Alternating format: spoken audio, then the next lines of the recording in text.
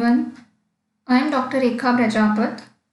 Previous video में मैंने बात की थी इंडिस्टिंग्विशेबिलिटी की, साथ ही मैंने एक्सप्लेन किया था वेव फंक्शन और एक्सचेंज डीजेनरेसी को।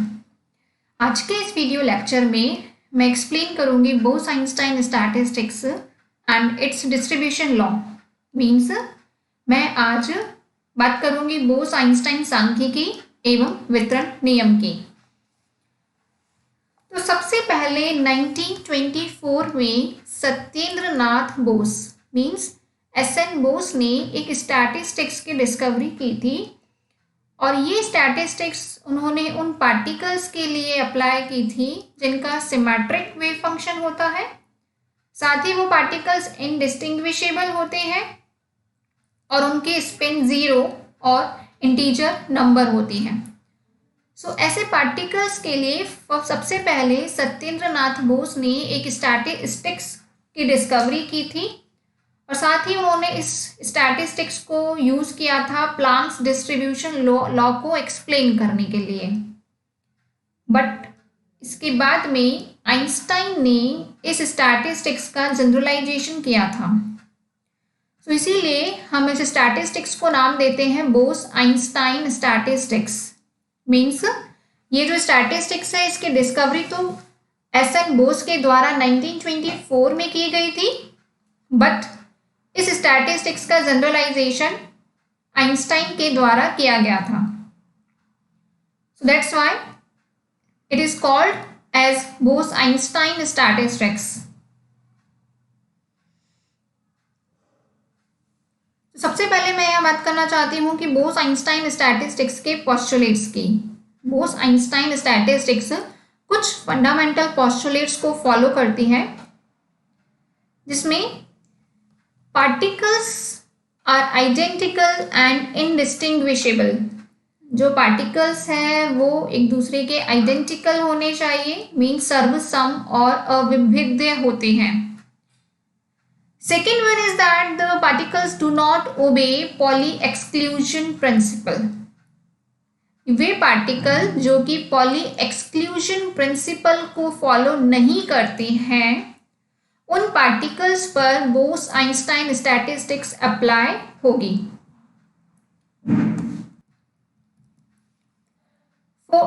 थर्ड पोस्टुलेट्स में कहा जाता है that spin off particles should be 0 और either integer of n। Means ऐसे पार्टिकल्स जिनका स्पिन क्वांटम नंबर या तो 0 हो या फिर कंप्लीट इंटीजर होता है, like that 0, 1, 2 and so on. Fourth postulate की बात की जाती है, उसमें कहते हैं that wave function should be symmetric.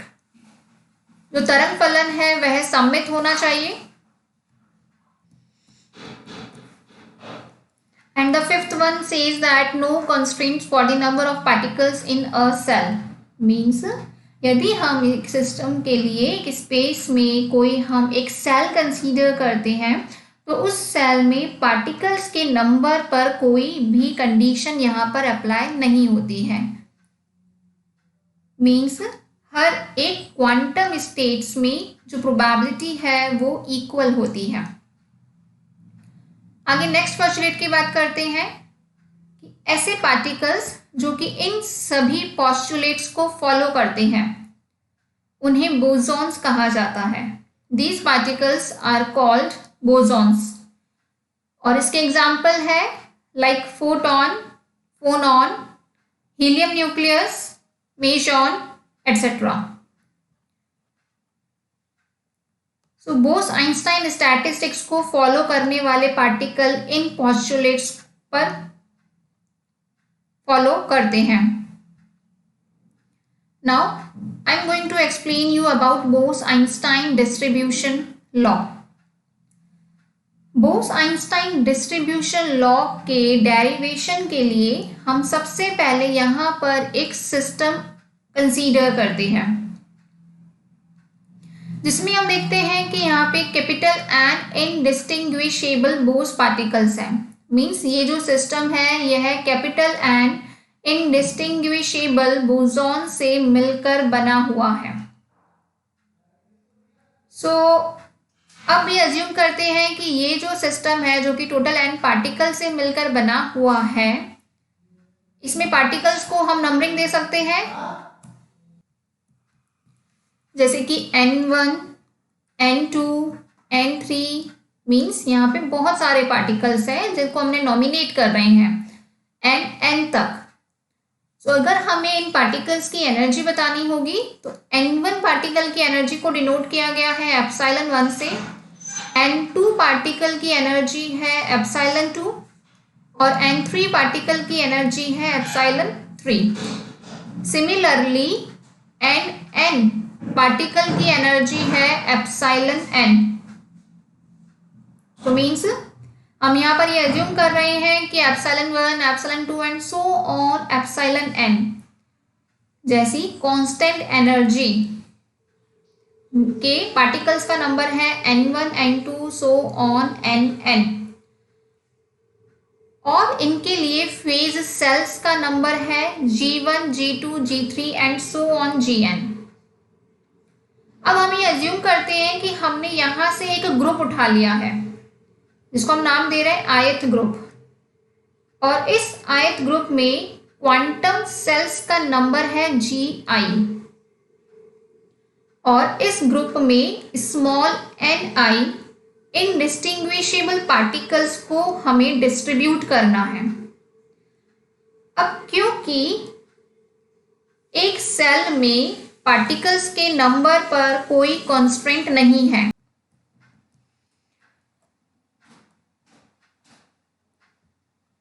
सो इस कंडीशन में थर्मोडायनेमिक प्रोबेबिलिटी के लिए हम यहाँ फॉर्मूला लिखते हैं, और थर्मोडायनेमिक प्रोबेबिलिटी मीन्स ऊष्मागतिक प्रायिकता को कैपिटल W लेटर जिसके सबस्क्रिप्ट में I हम लिखते हैं WI से रिप्रेजेंट किया जाता है, and it is equal to the factorial of Ni plus Gi minus 1 divided by factorial Ni multiplied by factorial of Gi minus 1।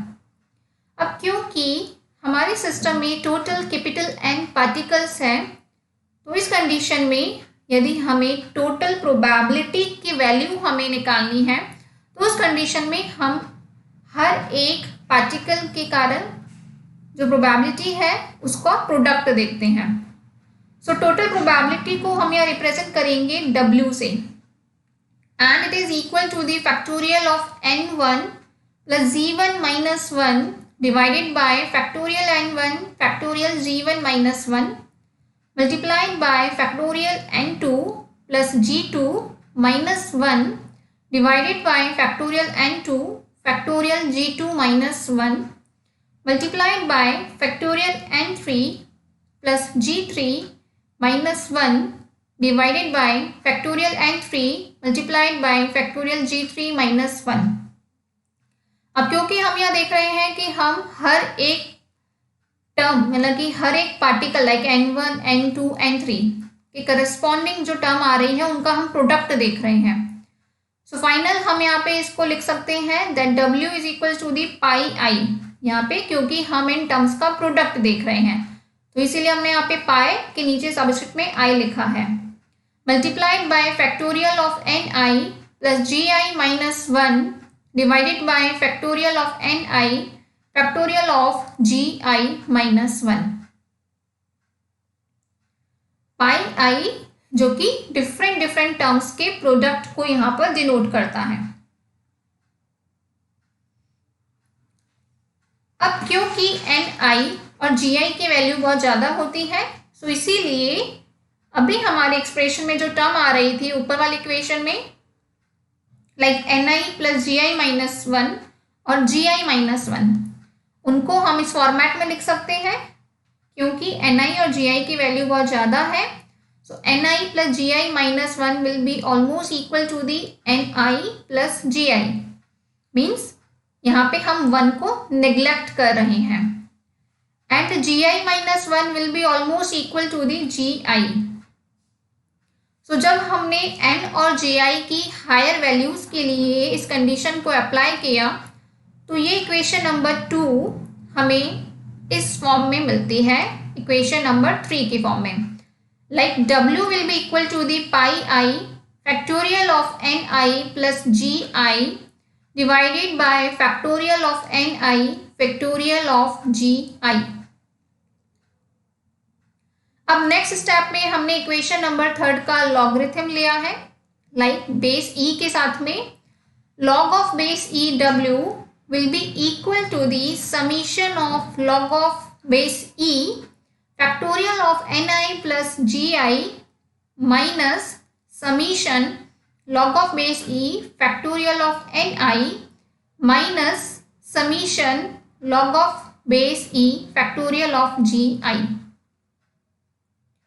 आगे हम यहाँ पे स्टर्लिंग फॉर्मूला यूज ले रहे हैं। स्टर्लिंग फॉर्मूला एक सिंप्लीफिकेशन हम टर्म देखते हैं इस प्रकार के फॉर्म के लिए, like log of base e of factorial x, ये बराबर होता है x log of base e of x minus x। तो यहाँ से जब हम इस स्टर्लिंग फॉर्मूला को इक्वेशन नंबर 4 में पुटअप करते हैं तो हमें इक्वेशन इस फॉर्म में मिलती है, like log of base e w will be equal to the log of base e w is equal to the summation of ni plus gi multiplied by log of base e ni plus gi minus ni। Similarly summation of log of factorial ni पे apply करेंगे तो हमें मिलेगा gi ni log of ni plus of ni minus of gi log of gi plus gi। सब इसको simplify करते हैं तो फाइनल एक्सप्रेशन हमें इक्वेशन नंबर 5 के फॉर्म में मिलता है, like log of base e w will be equal to the summation of ni plus gi log of base e ni plus gi minus ni log of base e ni minus of gi log of gi। अब यदि हम maximum probability distribution की बात करते हैं तो उस condition में जब हम इक्वेशन नंबर 5 का ni के रिस्पेक्ट में डिफरेंशिएशन करते हैं तो उसकी वैल्यू 0 के इक्वल आनी चाहिए। सो इस कंडीशन को हम लिख सकते हैं that del of log of base e w will be equal to the 0।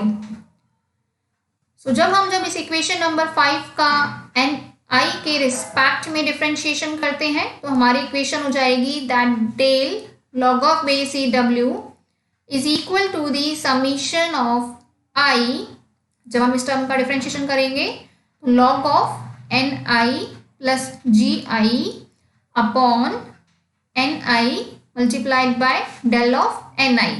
Simple हमने इक्वेशन नंबर 5 का डिफरेंशिएशन किया है क्योंकि gi जो होता है वो डीजेनरेसी को शो करता है, सो इसीलिए डेल ऑफ gi की वैल्यू 0 के इक्वल होती है। सो यहाँ से डेल ऑफ gi की वैल्यू 0 के इक्वल हो जाएगी और जब हम रिमेनिंग टर्म का डिफरेंशिएशन करके सॉल्व करते हैं तो हमारी इक्वेशन आएगी that del of log of base e w will be equal to the summation of I। So del of log of base e w will be equal to the summation of I log of base e ni plus gi upon ni multiplied by del of ni। ये equation हमें मिल रही है जब हम बात कर रहे हैं मैक्सिमम प्रोबेबिलिटी डिस्ट्रीब्यूशन की। यहाँ पे हम जो सिस्टम की बात कर रहे हैं उस सिस्टम पर हम दो कंडीशंस अप्लाई करते हैं और वो दो कंडीशंस ये होती है दैट पहले की जब मैं बात करती हूँ that first condition says that the total number of particle in a system is constant, कि एक निकाय में कुल कणों की संख्या नियत होती है। अब क्योंकि हम यहाँ पे डिनोट कर रहे हैं ni से, summation of ni will be constant. अब यदि अगर ni का समीशन कांस्टेंट है तो इसका डिफरेंशिएशन 0 के इक्वल होना चाहिए, क्योंकि किसी भी कांस्टेंट वैल्यू का डिफरेंशिएशन 0 के इक्वल होता है। सो दैट्स व्हाई हम इस कंडीशन से ये कंक्लूड करते हैं that summation of del of ni is equal to the 0। Second condition says that the total energy of system is constant. एक सिस्टम की जो कुल ऊर्जा होती है वह नियत रहती है. Means summation of N I epsilon I, जो कि कैपिटल ई के इक्वल है, यह एक कांस्टेंट वैल्यू है. And summation of del N I epsilon I will be zero, क्योंकि यह तो एक कांस्टेंट क्वांटिटी है और इसका डिफरेंशिएशन हमें जीरो के इक्वल मिलता है. सो नेक्स्ट स्टेप में हम इक्वेशन नंबर 10 को माइनस अल्फा से मल्टीप्लाई कर रहे हैं और इक्वेशन नंबर 8 को माइनस बीटा से मल्टीप्लाई कर रहे हैं. और फाइनली इन दोनों को मल्टीप्लाई करके हम इसको इक्वेशन नंबर 6 में एड ऑन करते हैं. तो सबसे पहले इक्वेशन नंबर 10 को माइनस अल्फा से मल्टीप्लाई, 8 को माइनस बीटा से.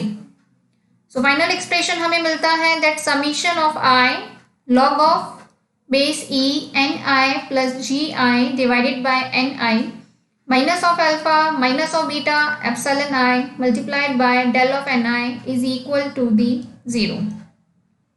यहाँ पर जो अल्फा और बीटा है यह लैग्रांजे मल्टीप्लायर है, साथ ही डेल्टा एन आई इंडिपेंडेंट नंबर्स हैं.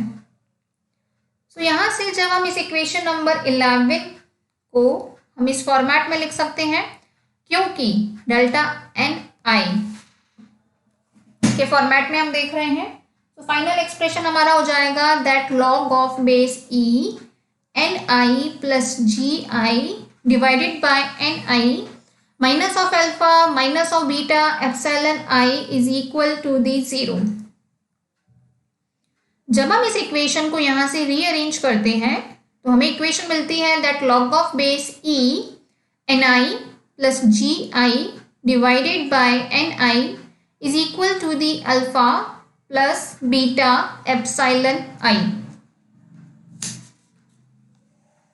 जब हम इस इक्वेशन को रीअरेंज करते हैं तो देखिए हमें मिलता है that log N I plus ji I divided by N I is equal to the E raise to the power of alpha plus beta epsilon I. यहाँ पर हमने इस इक्वेशन का एक्सपोनेंशियल लिया है और एक्सपोनेंशियल लॉग से कैंसिल आउट हो जाएगा, तो इसीलिए हमें मिलता है n I plus ji I divided by N i and it is equal to the E raise to the power of alpha plus beta epsilon i. Further आगे हम इस इक्वेशन को रीअरेंज करते हैं. सिंपल क्रॉस प्रोडक्ट हमने किया.